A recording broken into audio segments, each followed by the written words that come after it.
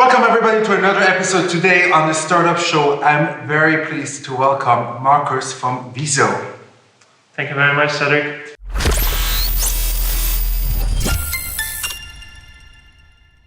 Welcome everybody to another episode on the Startup Show. I'm very happy to be here in downtown of Zurich with one of the portfolio companies of Kickstart Accelerator. Today I'm meeting with Marcos from Veezoo. So Marcos, please give us just a little bit of background about yourself. I am from Brazil. Yeah. I'm from Rio de Janeiro. That's where I'm born. I've grown up there at 18 years old. I used to live quite close to the beach. And I was in a German school there. Yeah. After I finished school, I decided to come to Europe to study. And that's how I came up to Switzerland. Yeah. And I studied here mathematics and statistics. So very abstract studies. Afterwards, my brother also joined me. We wanted to do something together. We always had the dream to build a startup and do something big. It was good that he came and he studied computer science, and we wanted always to combine the two and do something related to that. Yeah, that's how we came to start into startup. Right. So tell me a little bit about entrepreneurship. I'm always curious to know, what motivates you, or what motivated you back then when you started your startup to actually build your own company and not go to a big corporation? My father was an entrepreneur himself. I mean, he founded his company, and I think I always admired it. We were always up for the challenges of the entrepreneurship. It's like you have to learn all these different aspects and do it on your own, and this was always very exciting for me. Mm-hmm. I didn't also want to do it without being convinced that I had an idea that you have a business. I didn't want to do it just for doing it. We always wanted to do this, but until we came up with the idea, it was kind of spontaneous. The idea, suddenly we were in a hackathon, and we had this idea. It worked, got good feedback, and we were that's the opportunity to go for it. Let's okay, go cool. for it. So now after we got some background about your, tell us what does your startup do? So our startup is Veezoo, and we're developing artificial intelligence to support you in exploring the information hidden in your data. Imagine that every employee in a company would have a personal data assistant for which they could get any information they want just by asking for it from the data, from the structured data. So the idea is Veezoo, you connect to your database, it understands the meaning of the data, and then you can ask a question, like if you connect to payments, transactions data, you can ask what is the monthly growth rate in the transaction volume since our last marketing campaign? Yeah. And then it answers with a nice visualization of the information in the data.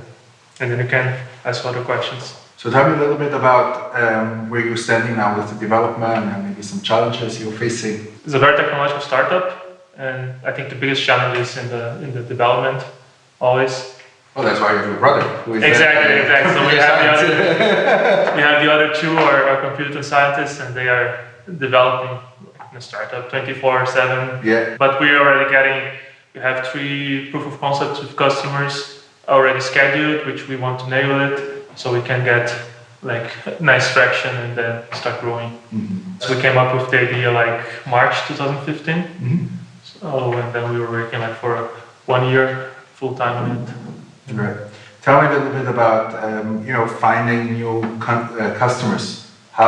What's your strategy, or what is your tip you can give, let's say, to one of the founders, entrepreneurs out there? They can say this is the strategy that worked for us, or that's what we are trying. Anything you can give some kind of tips? Yeah, I think it's very important that just talk with as many people as you can the whole time.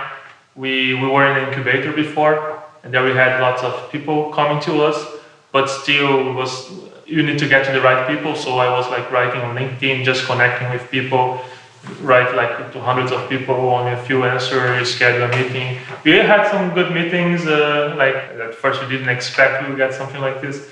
To really inside banks with really high people just by connecting from LinkedIn. Yeah. So it was quite amazing, and they gave us very important feedback right from the start, which helped us find our value. Right. So we had to pivot once. We also went to Curated to get contacts with people. So writing LinkedIn, going to events, and now at the accelerator here, it's very good because they bring all the partners. They come here. Yeah, so it's just sit by and relax. And have Thursday, have a meeting here in the morning, and then everything's scheduled. And it's... One thing that is very interesting what you just said, especially I think for my European audience here, is what you said about telling your idea to everyone. Oh, I think it's very anti-intuitive, because I would say a lot of people would say like, no, I want to keep my startup quiet, I don't want anyone to copy it. But it seems you didn't make any of these big banks sign any kind of NDA. No, we didn't even ask you. You were never worried that no one is gonna. No. But can you explain me why do you feel no one is able to check? Like, why is that feeling so? Because I have the same feeling. I'm not worried to share any of my ideas that I have, because I just think people are too occupied with their own things that they're going to start my idea. So what is that feeling that you have that no one is going to? Yeah, so that's funny, because before we started with Veezoo, 1 year before that, we actually tried an idea of an app, and there we were like very, no, let's not talk with anyone.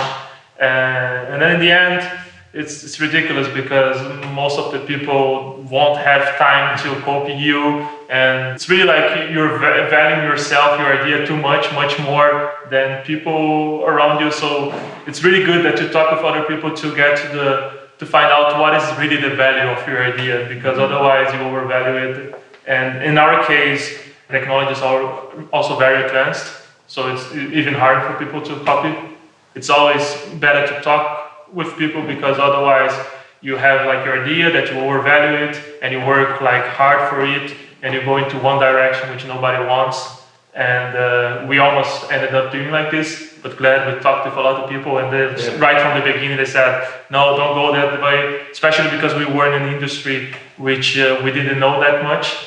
So we have like this idea. They said, like, no, don't go this way. It's like... Interesting. So tell me one piece of advice that you would give today to someone who is about to decide whether or not he's going to become a startup founder or going for a big corporation. What would you tell them?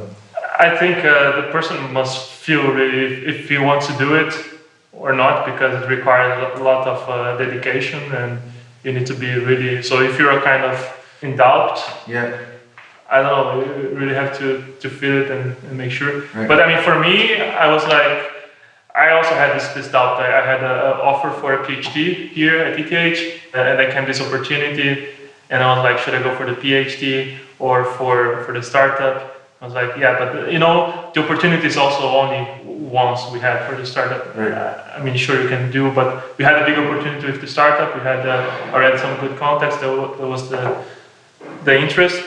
The PhD you can also do later. Mm-hmm. So if you can afford it as well, that helps.